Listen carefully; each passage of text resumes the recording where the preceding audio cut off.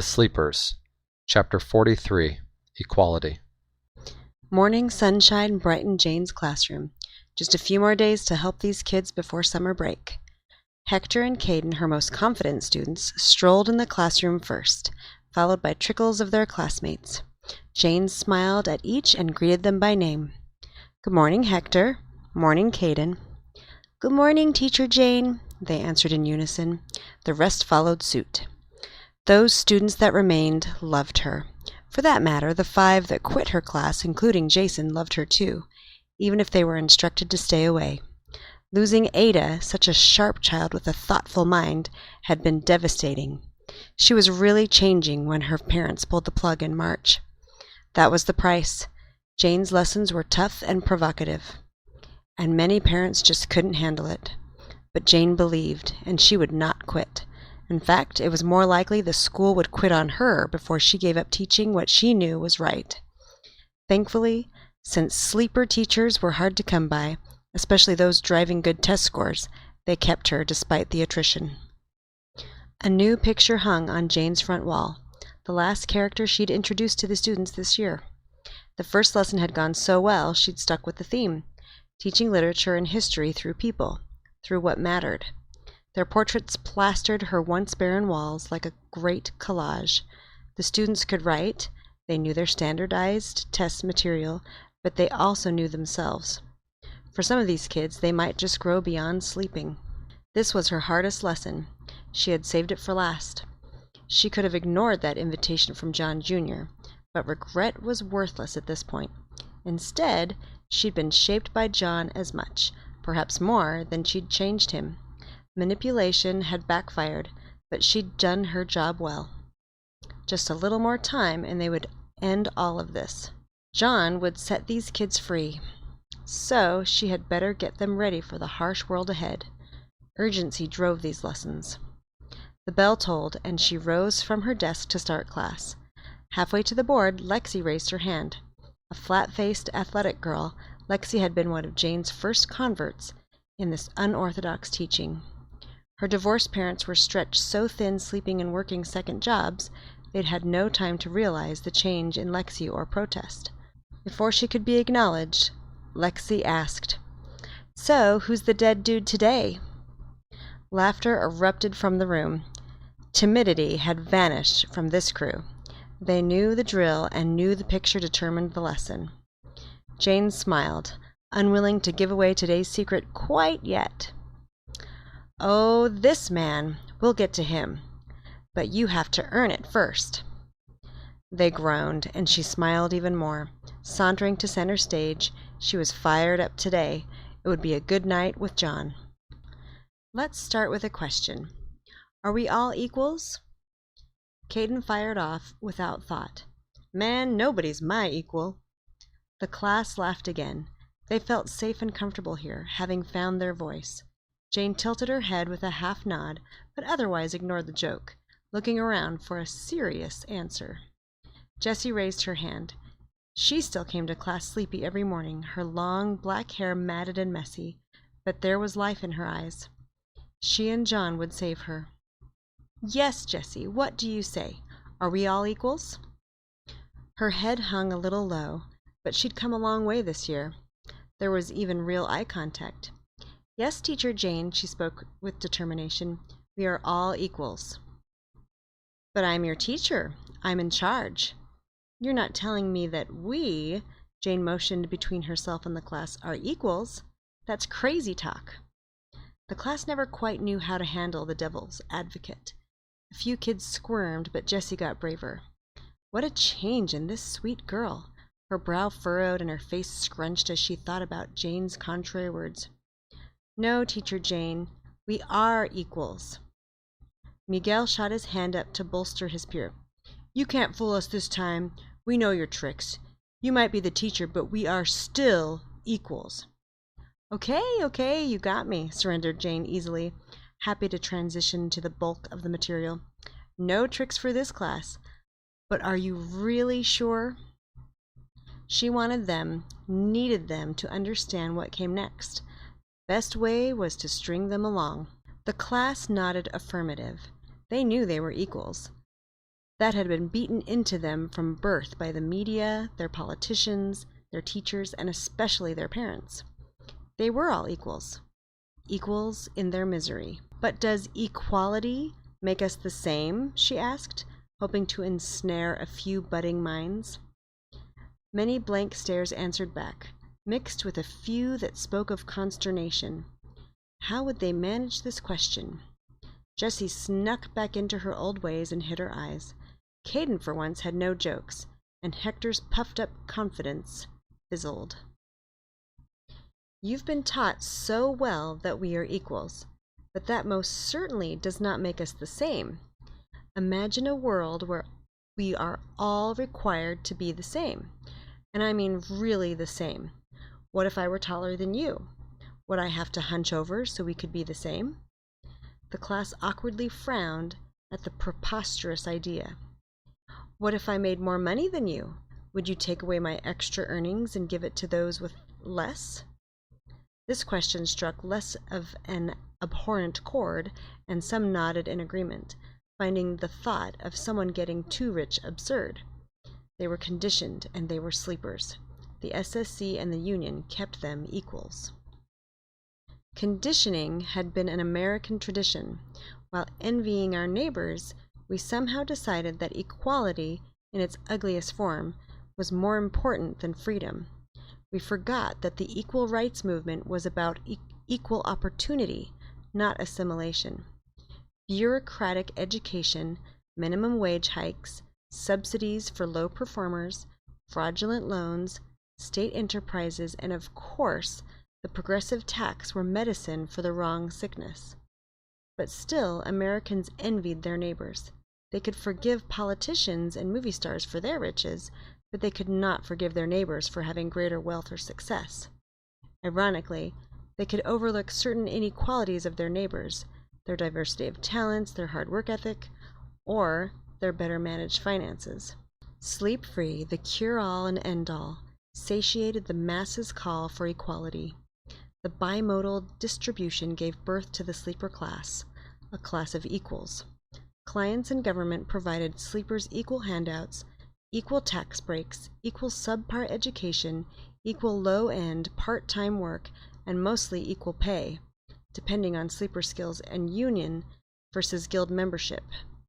America finally had an unprecedented equality, an equality of slavery, restrictions, and misery. She'd have to dumb down the sermon for the class until they understood, at least enough to believe they could try. She resumed her lesson. My point is, equality does not make us the same. We aren't robots spit out from a factory. We don't have the same hair color or skin color. We don't have the same talents or likes or dislikes. We don't fall in love with the same person. Thank goodness, right? They laughed, happy to have the mood lifted some from such a disconcerting topic. Trying to force equality drives us to the lowest common denominator. I know that's a math term, so let me explain. If Miguel has 2 pieces of pizza and Hector has 4, how do we make them equal? The class puzzled out the simple division, and Luna, a girl that ruled the corner by the back door, answered first. They each get 3. Correct. Well, what if Hector paid for those pieces? He lost out. We just stole his pizza. Hector perked up, unwilling to miss this bait. Come on, Miguel, don't be taking my pizza. Now, what if Jessie has no pizza and she's sitting with Miguel and Hector? Luna worked it out first again, looking at her fingers. She was the best math student in the class. Now each person gets 2. Jane shrugged. Sounds like the pizza keeps shrinking to share. Let's say you share with me next and I have no pizza. We each get whatever 6 divided by 4 is, right? 1.5, shouted Luna, finding the answer faster without finger work. See how the situation gets worse as you try to make us the same? We run out of pizza. But when we understand that equality means we can each go earn money and buy our own pizza, then we see the possibility. If Miguel wants 5, he can save his money and get 3 more. No one will deny him earning extra money or buying the pizza. Same with me and Jesse. We need to do our part, not just bring everyone down. You have been taught to believe that being equal makes us the same.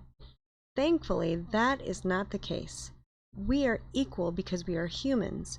We should be given equal opportunities to try and fail in life. Imagine an equality that gives us equal pay but doesn't allow us equal chance to try. Remember the first lesson of Justice Sotomayor or Andrew Carnegie? They could try in life just as well as you and I. We are equals because we will not be judged or condemned based on color, sex, sleeper status, age, or any other designation. But we are not the same. Jane had learned firsthand that they were not all the same, nor was there equality in this messy bimodal distribution.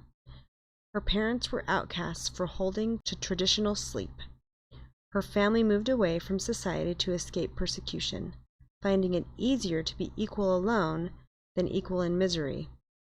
Under this modern democracy, equality did not extend to unpopular opinions. In fact, the best way to achieve equality was by crushing any opposition, anything unpopular. The man behind me is Alexis de Tocqueville. I've selected some sections from his book for your last reading assignment. Moans erupted from students believing the last week was meant to be easy. Just listen to this quote from Tocqueville. There is in fact a manly and legitimate passion for equality that spurs all men to wish to be strong and esteemed. This passion tends to elevate the lesser to the rank of the greater. But one also finds in the human heart a depraved taste for equality, which impels the weak to want to bring the strong down to their level, and which reduces men to preferring equality in servitude to inequality in freedom. The class, unaccustomed to 19th century fine English translated from French, all looked perplexed by the quote. She read it again. Anyone willing to guess at the meaning? No one answered. Silent moments counted by. Okay, let's explain by simile. Which of you is good at baseball?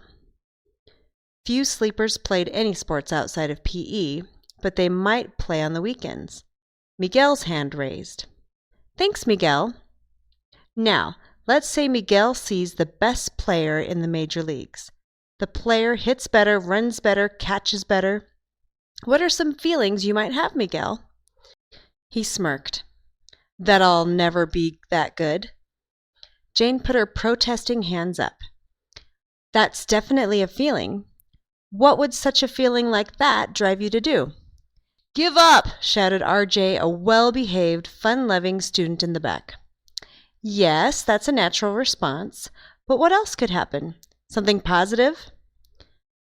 Lindsay, a girl adored by all the boys and as confident as any sleeper, raised her hand next.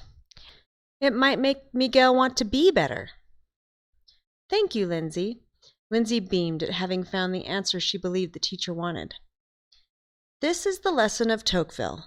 When we see folks better than us in anything, or even if we think they are better, we tend to be driven to a few behaviors. First, we might give up and wallow in self-misery. You see the best player and you say, "Forget it, I'll never be like that." Jane did her best to impersonate a whiny teenager and earned a laugh. She loved these students. Or you see someone better than you and it inspires you to improve. You say, "I can be that good someday. I can play that well. I'm going to practice, work hard, and keep trying." Seeing someone better than you becomes a motivation. This feel-good approach earned a hearty head nod from Miguel. Perhaps when sleep vanished, he would become a great baseball player. But she needed to prepare them for the pain first. But there's another response, a darker response. Ears perked everywhere. Sometimes when we see someone better than us, we want to bring them down to our level. We hope that star player fails, gets injured, loses her skill. We see the only way for us to be better is to make others worse. Jane lifted her hand up in the air and explained further. If anyone is up here, in whatever metric, and you're down here, she put her hand low, then there are a whole lot of ways to become equal. Jane then moved her two hands to demonstrate the options. You can lift yourself up or bring the other person down. The class was finally getting it. So, everyone, what's the problem with thinking equality makes us all the same? Naomi, a short brown-haired girl in the front row, one that always reserved her answers for when she really understood the material, answered. It means there's a chance we might become very bad people, but there's also a chance we could all try to be our best. That's perfect, Naomi. Almost 300 years ago, Tocqueville was warning us that in our quest to be equals, we could become the worst type of society. Class, it is okay to be weak. It is okay to be strong. But wherever you stand, strive to be better. Don't bring people down to your level. Lift others up and keep going. Equality is and has always been the greatest threat to democracy. When equality replaces freedom, democracy becomes communism and enslavement. Since Tocqueville, outsiders have warned that our quest for equality will be our demise, for equality does not deliver quality. If you force two different items to be equal, one must suffer. Jane transmitted a quote to everyone's pads. Naomi, will you read this for the class? She might be fired for using the S word, the love of today's America. But she had to make her point. These students needed to understand. Naomi read, Democracy and socialism have nothing in common but one word, equality. But notice the difference. While democracy seeks equality in liberty, socialism seeks equality in restraint and servitude. The period was running out and school finished in a week, so she jumped to the conclusion. Thanks, Naomi. Class, democracy gives us freedom, liberty. It gives us the liberty to try and fail. Don't forget the first lesson in the class. You have a chance to be whatever you want to be. You don't have to be chained up in tradition or sleep for that matter. These words were near treasonous, but there wasn't enough time for the parents to revolt. And if John's drug did its job, soon none of this would matter. The class needed to believe that they could change. If the sleeper system imploded, they needed to know that it was okay. They weren't equals in servitude, but equals in the land of opportunity. The American dream awaited these young minds. The hell of economic collapse would come first, but after the storm, they'd have a chance never known for the last generations. The bell rang, and she hurriedly wrapped up the lesson. Read the packet I've sent you, and we'll finish up on this topic before the year ends. Remember, we have equal rights, but we are not equal because we are not the same, and that's a good thing. Make us the same, and we will plummet to the most wretched of our kind. Make us free, and we can live to be our best. The students grabbed their materials and left. Jane sighed in relief. She'd said enough. She'd try again with the last few days and hope that when they were no longer all the same, no longer all sleepers, they became something more. Or else everything she did this year, both in and out of the classroom, would be wasted.